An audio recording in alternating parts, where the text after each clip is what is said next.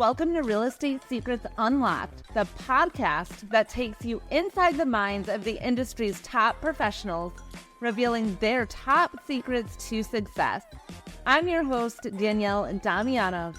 Whether you're a seasoned pro or just starting out, get ready to learn the latest trends, strategies, and secrets that will help you succeed. Join us as we go beyond the basics and explore what it takes to make it in the world of real estate.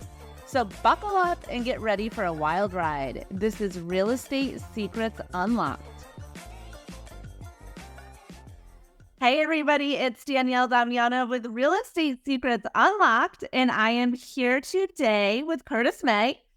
He is the president of Practical Wealth Solutions, as well as the host of his own podcast, the Practical Wealth Show. So thank you so much, Curtis, for being on here. I'm really excited to having you.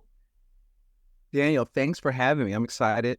I love your group. At once upon a time, it's probably about 15 years ago, I was a certified mortgage planner. Oh, okay. Because I kind of worked I'm always going to be different, right? Right. And couldn't read any rate sheets, but I was using Mortgage Coach and, showing people, just different, it's never the product, it's the strategy. So if you're just focused on the products, everybody's got the same product. So how do you position yourself as unique in the marketplace that can 100%. And I think that people, I got my license, I'm in the biz, I do mortgages. Well, okay, you and everybody else. So if I lined you all side by side in a taking a, what's that thing in TV where you line them up to pick out the criminal out of the lineup. Yeah. You know the lineup? Why should I use you versus this other person? Is the question that you have to answer in your marketing. And if you can't answer that, I would dare say you don't have a business, you're a commodity. 100%. Yeah, you definitely have to differentiate yourself, whether it's niches or, more formal education. And like you said, being a mortgage planner instead of just a loan officer, one and done. You're really helping people strategize over years, right? It's not what's good for right now. What I found is that people, and I was already in financial services, so I already had a client for life mindset, right? And so what I learned then was to have, mortgages under management. I'm working on something where cash flow management, I want income under management, where I'm looking, I don't want assets under management because that's not good for the client, right? Most people in the financial world like, I got 10 million in assets under management. That just means you got these people you charging fees for, but their job is not make you rich. Assets under management, it doesn't make clients rich because typical financial advice is not designed for you to become financially independent. That's why I say it's not good for business owners. But I think that, if you take a client for life mindset, what is the name of it? J. Abraham calls what is it? He calls the concept of preeminence. Like if they're working with anybody other than you, they're not getting as good of services and good as ideas or somebody that cares about them winning as much as you. So it's your job to be good enough that you can help. Where does it go? How does mortgage help them reach their short and long-term goals? Exactly. Yeah. Rather than just focus on rate, Right. I'd rather you can pay off a 30-year mortgage easier than a 15-year mortgage and create more wealth. But so if you just think, the rate is lower, rate is what the bank, what you think is important. You're not helping the client. Absolutely. Yeah. And it's really sitting down with the client and seeing where are they now and where do they want to go, right? Because, and where our market's going to go. Rates are definitely at some point going to come down. So if they're going to come down in the next couple of years, does it really make sense to have a lower rate and pay points, right? Or does it make more sense to use that money, right, and earn more money on it and eventually be able to refinance and get into that lower rate? Why don't you tell everybody a little bit about what you do? Because I'm really excited to have a financial advisor aspect with, I think, a little bit of a twist, right? Yeah. So what I'm known for, I think, is a couple of things. So one is I think all good conversations start with cash flow. So most wealth is lost by how people manage or don't manage cash flow.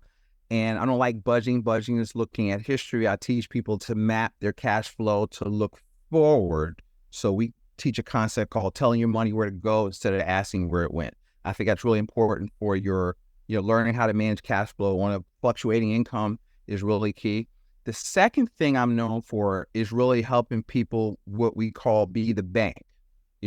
Some people call it infinite banking, and specific, that's using properly structured dividend paying whole life only. So I'm going to step on some toes there because people will talk about it and using, in my opinion, the incorrect product, universal life, which we don't like. But products are least important. So my framework, Danielle, is I teach principles to help my clients become and remain financially free. That's the objective. Okay. What are they? Save. We can go into a little bit deeper. I'm just going to name them. Save, maximum protection, legacy, liquidity, 6 to 12 months, and velocity of money, where we emphasize cash flow. Principles drive strategy. So cash flow mapping, that's a strategy, right? Be in the bank, that's a strategy. It's not a product, it's a system of money management. And then tactics are the products you buy to fulfill the strategy. So what I do is I kind of look at this situation. My goal is to help them out. Where are you now? And how do we get you to what we call this is the Money for Life plan, the 4 pillars of a strong personal economy, which are freedom from debt to others, which means not get out of debt. It's get out of debt and have money. So I want you to learn how to control the banking function, okay? And so you're not trying to get out of debt. If you're out of debt, if you're when somebody tells me they're trying to get out of debt, that just means they've determined that the bank's asset column is more important than theirs, okay? And they want to give all of their money to the institution as opposed to minding your own business as key, as I can say, and pay yourself first, right? Right. My second pillar is liquidity, right? The third pillar is passive income that you don't have to work for and you can outlive. And so I don't believe that comes from a product. I think you need to, income follows assets. So you want to buy assets. What's the asset? Something that puts money in your pocket without you working. Right. And then the fourth pillar of a strong personal economy is developing a legacy of wealth and wisdom. So all of the pieces are designed to take people to those 4 pillars, right? So that is the man is that is Curtis, Danielle. So tell me a little bit about, because most of the people that listen are going to be either self-employed business owners, entrepreneurs, or straight commission salespeople. And so you go from having a lot of money to crickets sometimes for like a couple of months. And it can really be, especially in the real estate, mortgage industry, and where it's kind of been over the past couple of years and where it's probably going to be heading. So how does somebody that has that sporadic income, right, really take that income and work within those pillars? So it starts with mapping your cash flow, right? So I live in the same world, okay? And so one is that so we teach people to separate their money into 3 parts. So your revenue should go into an account that all of my business revenue, any real estate from the properties, other businesses, I have a separate like coaching product, like what's it called? Basic education program, practical wealth education. And then I separate it. So just on so one, I would have y'all reach out and start and read Profit First for real estate agents or investors. Okay. So you've got to separate church and state. So the first thing I do is I try to help people figure out, what is your life cost, right? So, because a lot of people just combine everything, right? So what is your mortgage cost? Your lifestyle, there's cars you want to drive that you don't put in your business. Where do you want your kids to go to school? What does that cost? A lot of people never separate that. And so you have certain what I call static bills that are going to be the same no matter what. So if you know that, okay, my household, I need $4,000 a month come hell or high water, to keep my basic stuff. And then, you have variable expenses, eating out, gas for the car. So you have to separate. To me, I put those in different accounts, right? So I know have to get funded. And so when I have a good month, you can't just go and, you got to think 90 days out. So I try to keep a month of household money. I try to keep a month of business money. It's like the money, my operations account, and I separate out. Sorry, I want to have a business emergency fund. So I have next month's money going, because just living on commission, you have to be able to not make what I call panic management decisions. Like you can't go mentally, you can't operate if you're in scarcity. Yes. You know, you want to be in a position where all money's not good money. So you want to be in a position to walk away from a client that's getting your nerves, that's going to be a nightmare. But if you're broke, you have to take that person because you don't know where your next money's coming from, which tells me the other problem from a business standpoint is you have a marketing problem. That's the real problem, right? So you have to look at your money. Like I do a personal profit and loss every month.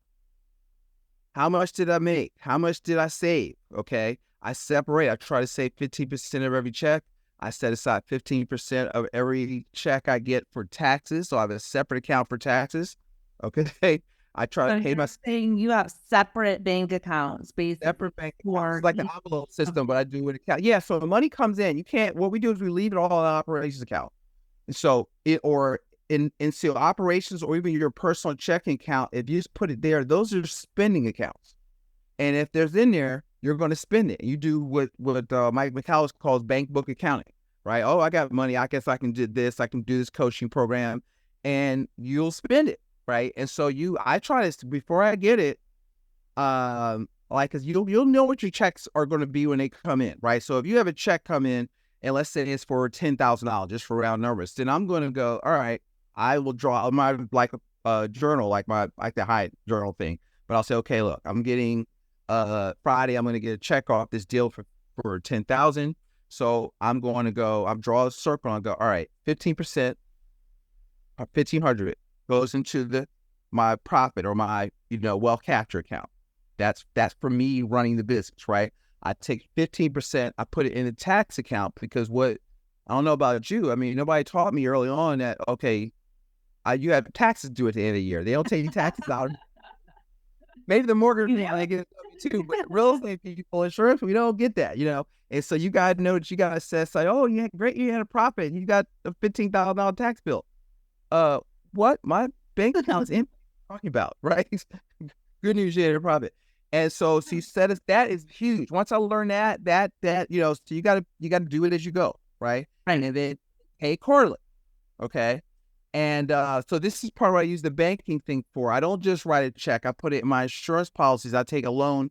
I pay the estimated taxes. I pay myself back, and then I use it again because once money hits my asset column, I don't want to ever let it leave. All right. I try to run payroll. So once you start making, no, I'm not giving tax advice, but once you start making 50, 60,000 a year or so, if you're an LLC, or I would look at making it converted to an S Corp and running a salary. So I pay myself 35, 40 cents of every check, not necessarily all through payroll, but I'll set aside money for payroll and I'll take some of it as distribution. And then I try to run the personal business on the business account on 35% of revenue, right? Of that 10,000, 3,500 that pay. So if you make 20 grand, that's 7,000 for business. So you have to manage it. And then out of that, I run my lifestyle on the 35% that goes over into my household stuff. So I'm really anal about the numbers when they come in, and you have to run your business. And then a lot of times when people are struggling, I'll look at their, because what we do is we look at their profit and loss, and I'll look at, okay, well, how much are you spending on marketing or whatever the expense is? What are you spending on? Is it making you money? Is it saving you time? So let's say you have a bookkeeper, or let's say households, you have somebody that cleans the house. That's gives you more time, right? And you can focus on optimal money making things. So you're not trying to do everything. I work on delegation. What can I had a mentor say, look, if you want to make $1 million, that's $500 an hour. So any paper you touch, anything you touch is not worth $500 an hour. You need to delegate that as soon as possible. So I work at that kind of stuff. What's my unique ability? What is the key revenue generating task that Curtis needs to do? My best hire, even though it was expense that was investment, was my first VA. Right. Which I was scared to death. Okay. And but the first week she tripled my money. She did convert all my unconverted leads. I had 7 appointments a day for the next 4 months. Wow. And just because I didn't have time to call them, and I told her you referrals. And then, she started calling referrals because people said, Curtis, I want you to so-and-so. And I didn't have time to call them or playing phone tag. So I taught her some scripting and she called them. And I said, look, your number one job is keep my calendar full. Right. And we just worked on that for like the first year. She was 20 hours a week. And then I thought, I think I can afford. And I invested. I said, look, I'm going to set aside $2,500 or so, and I'm going to invest in the business to cover this salary for next month to see if it was going to make money or not. And so a lot of times we don't see our businesses as our number one investment. So let me close that thought. So you see, so I went a little bit granular and nerdy there, but that's how I manage cash flow. I want to make sure I ended that point on a fluctuating income. I really pay attention to where your money's going. And I want to come back though. So, there's times in the real estate, mortgage, any business really, where you can have amazing seasons, right? And that's kind of when you start investing more, you're not paying attention as much sometimes to where all of your money is going. And then those seasons where it's slow or it dries up, then you start analyzing, okay, is this still making me money? What do I have to cut? Things like that. So when you were talking about you get your money in and you draw the circle and this goes there and that goes there, let's say people, because I know the real estate market is hurting right now. Homes are sitting. Sellers are putting their homes on the market and they are not moving. And now we have the whole issue with the NAR settlement and buyers, and it's just this whole weird time right now, right? So, and I know there's a lot of realtors that are leaving the business, but let's just say that their income is not what it was. What areas do you focus on, or would you suggest someone focusing on if they can't separate it into, those different pillars? So that's not a thing. You can. Okay. So that's just a decision. Okay. But so I really focus on two things. So, because most people think the key to, like, as a financial person, people always ask them, what should I invest in? Your number one asset is you. Mindset, skill set, network, right? And then your number one investment is the business. But now let's break down. So it's cash flow management, and then you have to segment your money, okay? So there's three types of money. So there's your accumulated money. So typical financial world is we're sitting at how much you got, we can do better, we're faster, we're stronger, whatever. Give your money to us is basically their language in so many words. Then there's the lifestyle money. So I think you should look at your lifestyle. But my first thing is not cutting unless you're a spendthrift and you're wasting money. But then there's transfers, right? So what I look at are wealth transfers, which are money that you're losing unknowingly and unnecessarily. So it's leaving your asset column going to somebody else's. So here are the top 5. There's like 15, but I'm going to give you the top 5. How you pay your mortgage, or how your clients are paying their mortgage. So sending extra payments, 15-year mortgages. I'm not even wild about bi-weeklies. All that in this environment is a complete waste of money, okay? A complete waste of resources. So if you're doing that, stop, okay? And you're not trying to get out of debt, okay? Because if you had $100,000 of debt and $100,000 like mortgage and $100,000 of cash, you're not into debt. You have a liability against an asset. So that's a balance sheet neutral decision. Right. So really you want to build, most people don't have, the biggest thing I see, Dale, is the lack of capital. They don't have access to money, right? So you got to pay yourself first. 15, 20% of your gross income should go to savings, right? But what you can do is, how do you lower your expenses? So when I'm looking at people's finance, I'll go, okay, I'll go debt. All right, they're paying extra in the mortgage. Taxes.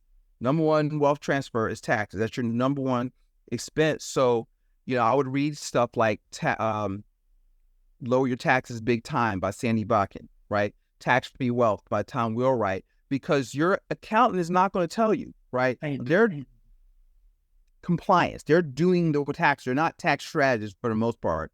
And so they can do it, but they're not, unless you have a tax strategist, they're not doing that. And that's your number one expense. You can do the Augusta rule. You can do, if you track your mileage car is a big write-off. So you got to learn that stuff and learn to keep good records. I use another little tool called, you can pay your kids. You can pay your kids. I do that, right? And so now I'm getting tired of mine because I did the Augusta, I bought a truck, I paid my kids. What else you got? So, and I've got to figure this stuff out. I'm not getting this stuff anymore. It's like, I'm not paying you all this stuff, but you're giving me the basic stuff. And but it's my business. I've signed a return. So you know how it works. But Right. there's two tax codes, right? One for wage earners, one for business owners. So you're in the business owner's side, but you've got to keep good records because you're giving money away. You know, you have a home office, right? And so if you work from home, leaving your house is you don't have to commute because your home office is your house, right? You don't have to start from your office and then you get your business miles. You're working from home. That allows you to write off part of your car, your cell phone, all that stuff. So you need to keep more of what you make, right? And so that's the first thing. And then I will look at, all right, how another big wealth transfer is qualified plans. So most of, I guess, your listeners are self-employed, but you're still getting told stuff like fund a SEP, get a solo 401k, you want to buy real estate in your self-directed IRA. All that to me is horrible advice, right? So if they match you, we talk to our clients, once they understand how 401ks really work, all right, you can fund it to the match. But past that, there's better things. Oh, I'm going to put it in the Roth. Okay, but now you're putting money inside of qualified plans. You need safe money, right? Let me define safe. Safe, liquid, accessible, guaranteed, okay? And I want 6 to 12 months of that. So I'm working now. Your first 90 days is your emergency fund. I don't want people creeping below that, but past that, you want access to capital because your best investment, because to me, you should only borrow money as a business person to, one, make money, right? So whether to invest in your ideas, coaching, in a business, I think that you should be, a lot of times you're not a product of the product where you're selling it, but you don't own your house. Right. Okay. I knew mortgage people don't have a house. They don't have a mortgage. So it's hard to really sell that because you're still not, 93% of communication is body language and tone of voice. What's your plan? I talk to our people, I talk to realtors I say, look, could you help my clients build a financial plan where instead of the market, we use real estate as an asset class and you help them buy a property a year for the next 10 years or 2 properties a year for the next 5 years. Right. And you know what I mean? To me, that's more realistic than trying to get $2 million in a 401k. Right. Exactly. You know what I mean? And so a lot of times, that's what I mean. If you have a transaction mindset, you don't see that, hey, I got this asset class that I can help people, let's say net $500 a month on a property, $400 a month, and you get 10 of those, that's $4,000 a month. That's almost, what, $50,000 a year? You know how much money you would need, like over $1 million, in the stock market to generate that type of income without liquidation. And so if you start changing how you look at stuff, that is what I mean by making your self different in the marketplace. Let me show you because I used to do first-time homebuyer class. I would say, listen, when I was doing mortgages, if you could buy one house, you could buy 2. So once we get this done, why couldn't you buy another one in 2 years? Absolutely. So I'm getting you saving. I'm trying to get your financials to look like what the bank wants it to look like, because the 1003 is really it's a financial statement, right? And so this is what the bank is looking for. Here are the ratios, how much you save. I'll talk to people about being a bank with cash value insurance. Well, yeah, it's on 1003. It says how much cash value you have in your life insurance. Why? Because they know what it is. They do it. I have clients my investor clients, I just send them a screenshot of they might have $50,000 in cash value in their insurance, and they accept that as proof of funds. Or you could take a loan, put it in a bank account. It's still in the policy, making money. You've got access to capital. So people skip the steps with the pillars. Your listeners that are in the business don't have a financial plan designed for entrepreneurs, right? They have a plan that says send your money to somebody else. You don't have the time, the temperament, or training to personally manage your money. So put it in the SEP, right? Put it in a whatever. Some of the other things aside from real estate that you recommend people invest in. So let me talk about what I think an investment is. All right. So an investment, one, investing is about becoming something, not about buying something. So I don't tell them what to invest in. I want to make sure they're saving, they're protected, they're liquid, they built a legacy. And then my fifth principle is velocity. So our focus is on cash flow. So within that, here's some of the things our clients do, but I don't tell them what to invest in. I'm the defensive coordinator. That's offense, right? And so offense, though, we've got clients that, buy businesses. They have ATM machines. They invest in their business, their marketing, their systems, their people, right, is what you invest in to grow your business. I've got clients that do private lending from their borrowing against their insurance. Yeah. We've got clients that do tax liens. What do you think? Notes. So instead of buying the real estate, you can buy the mortgage. I've got a couple people there. I got this young guy, he's like 33, he's got $30,000+ a month in note business where he's like chilling. He just gets this when they pay their mortgage, he gets paid. He's got 15 different exit strategies. He says, I don't have toilets, termites, or tenants, right?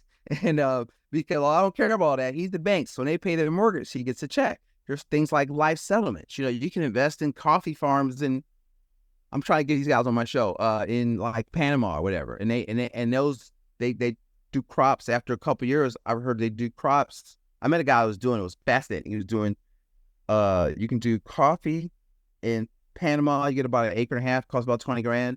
And then you can do, I don't do any of this. So full disclosure, I heard about it on another colleague's show. And then I met a couple people out there at like a local workshop. And I was like, you do that? He was telling me about it for a half hour. I was fascinated, And he averaged 11-12%. Wants to start cash on cash. Wants to start producing fruit twice a year. I met somebody that did coffee and like Baileys. So it's just like what you want to do is you need to be liquid, because most of the good stuff, you're not going to get with $200 a month in an acorn, right? Yeah. You need capital. You need 50 grand. They do syndications, where they buy into syndications. And so what we do, my rule, Dale, is the 3 rules of investing. Invest in what you know, or invest in knowing. Invest in what you can control or influence the outcome of. And does it cash flow within 90 days of you owning it? You got to have your own rules around that. And then my third rule is don't chase returns. So when people ask me, well, what should I be investing in? They're chasing returns because you're not willing to do the work to figure out, is this a good thing for you to invest in? Do I have the capital? Because the purpose of our business is the engine that drives our personal economy, right? And then what we've been trained to do is send it to financial instruments that lock up our money up. So it's like a one-way street away from you. Whereas what you want to do is you want to build a liquidity. So when you see an opportunity, like I'm a great investor, this thing is 20 grand. Somebody's helped me create challenges and Facebook ads and a whole webinar thing that I think will probably generate within 6 months, 5-6 figures a month in revenue off of selling some of my intellectual property.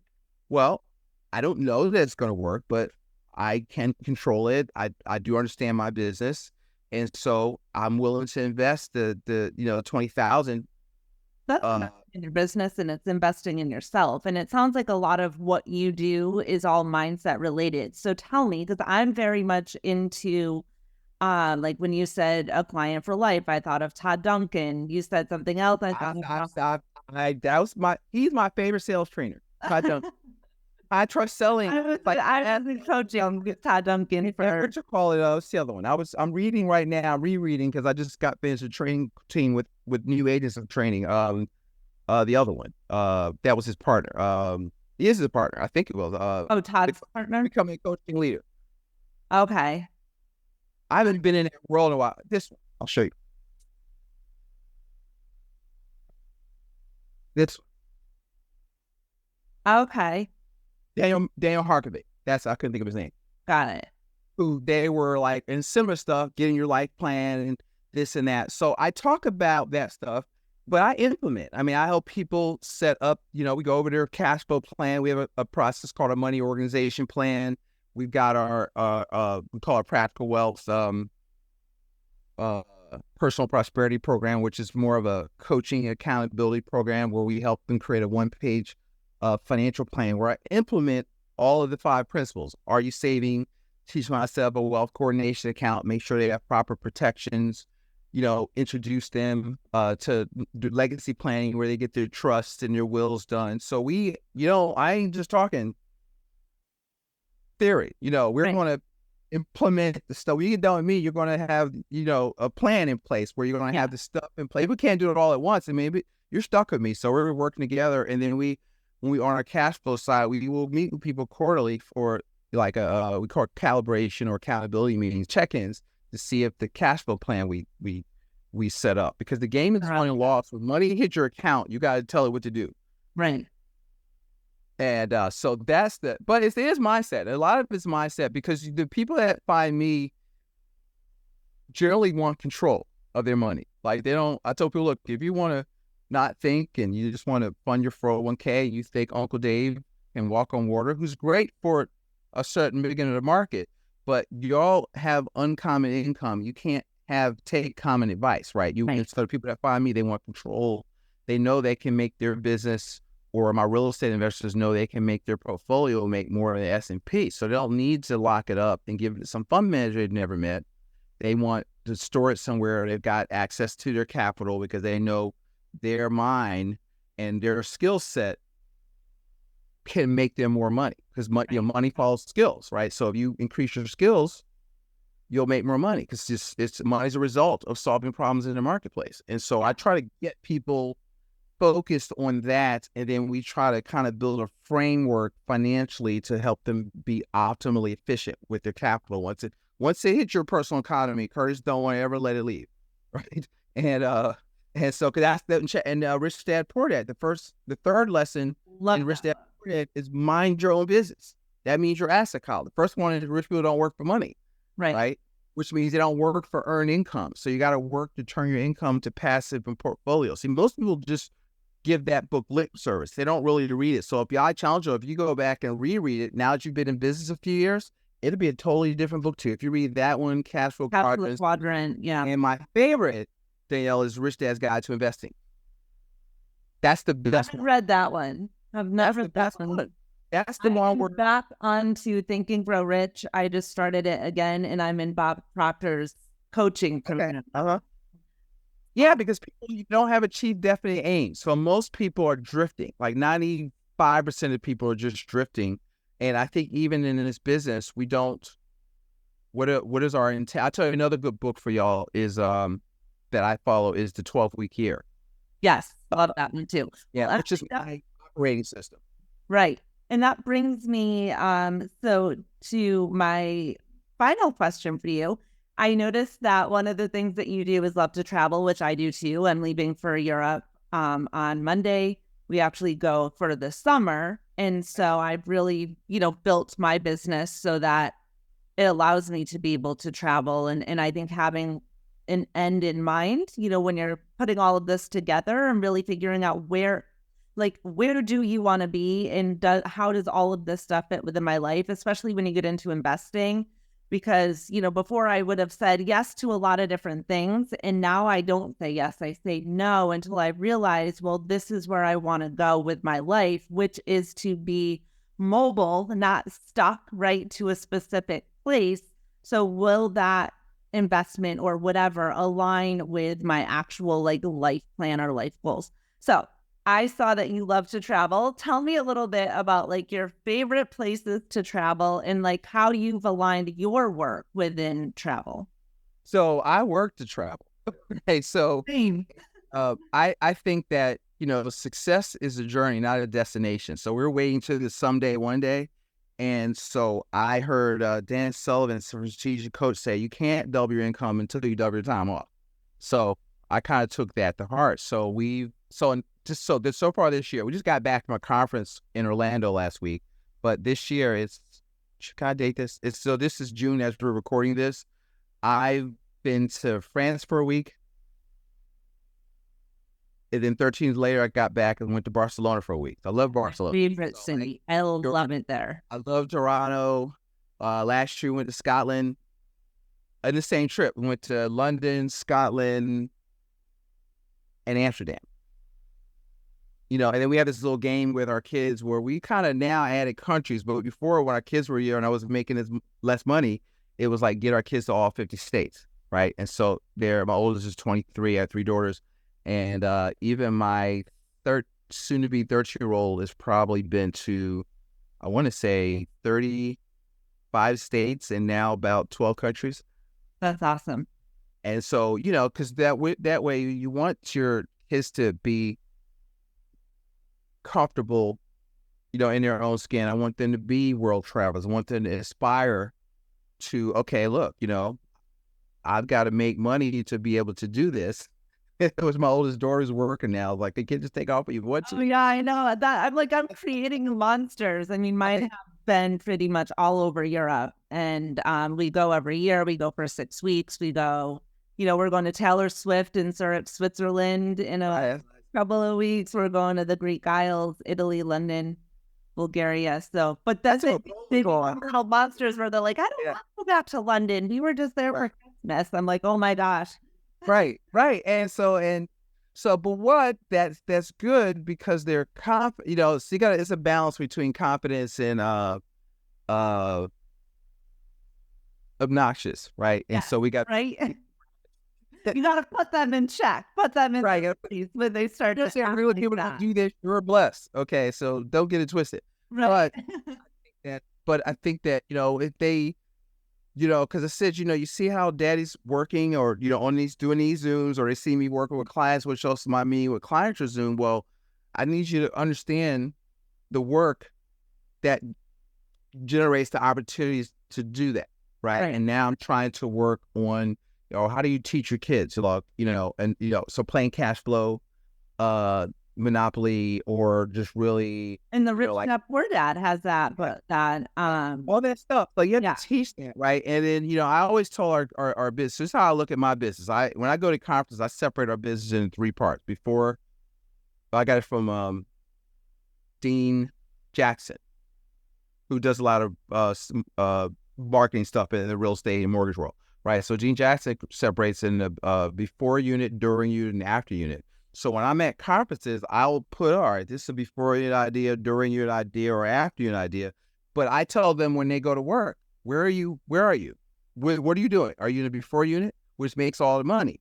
Okay, you want to be in that. You want to make more money, you've got to generate revenue coming into the door. Like, money, I told my door wants a raise. Look, raises don't come from some magic direct deposit machine out the sky. You have to generate more revenue for your employer, right? So are you doing that? Can you quantify that?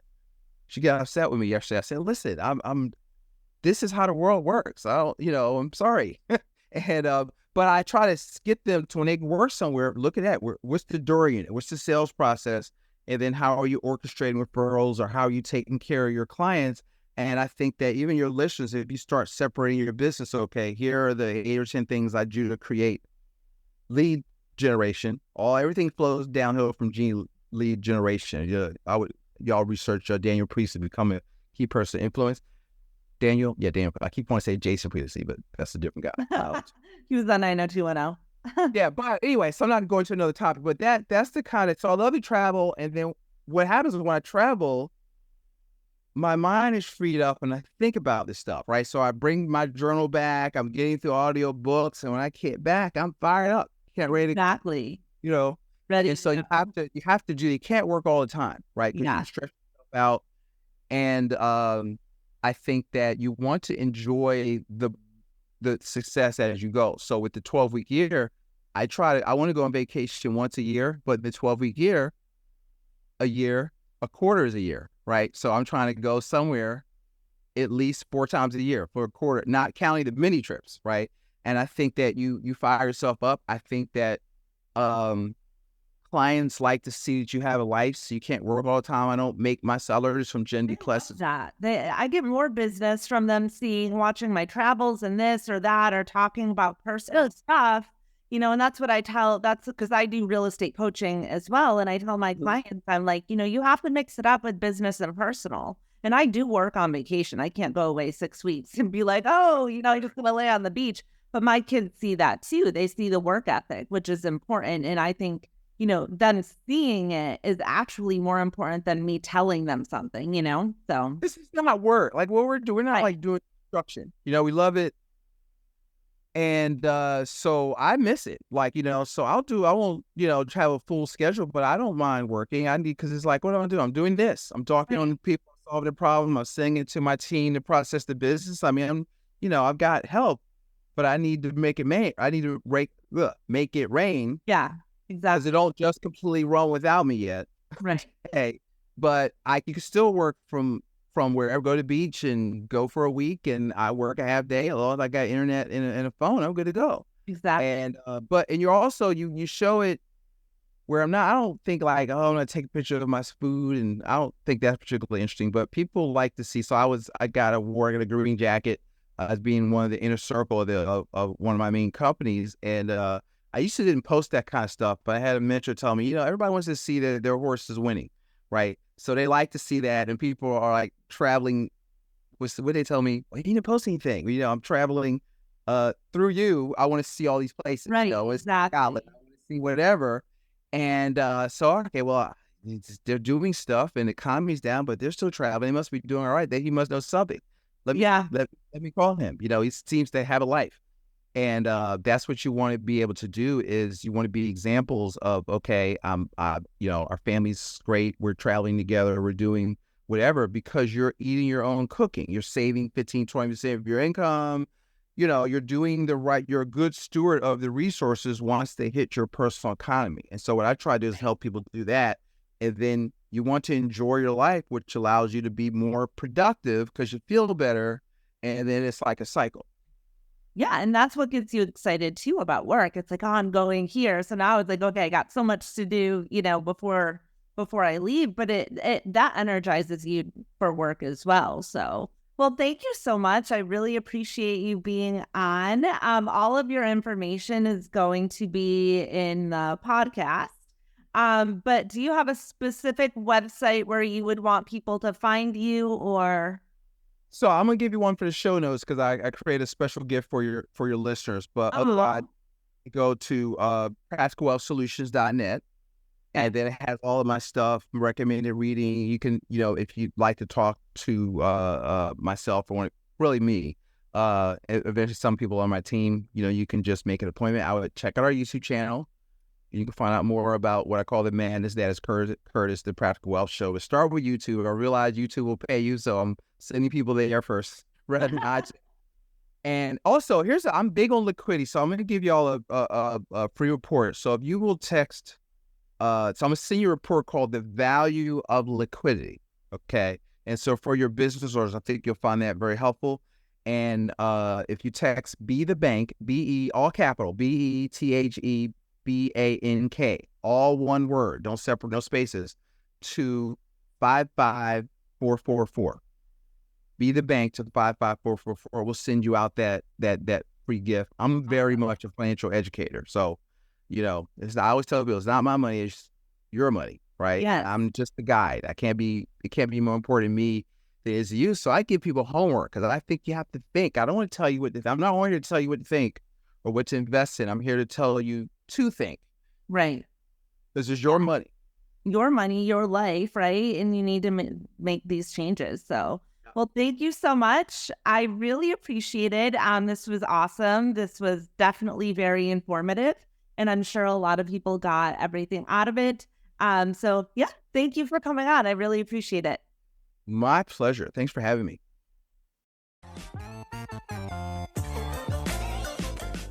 Well, that's a wrap. I hope you enjoyed today's episode of Real Estate Secrets Unlocked. Don't forget to subscribe to our show on your favorite platform, and we would love your feedback.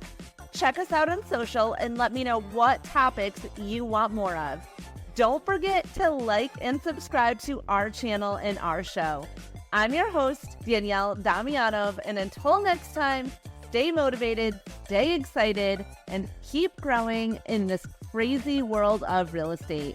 Thanks for listening to Real Estate Secrets Unlocked.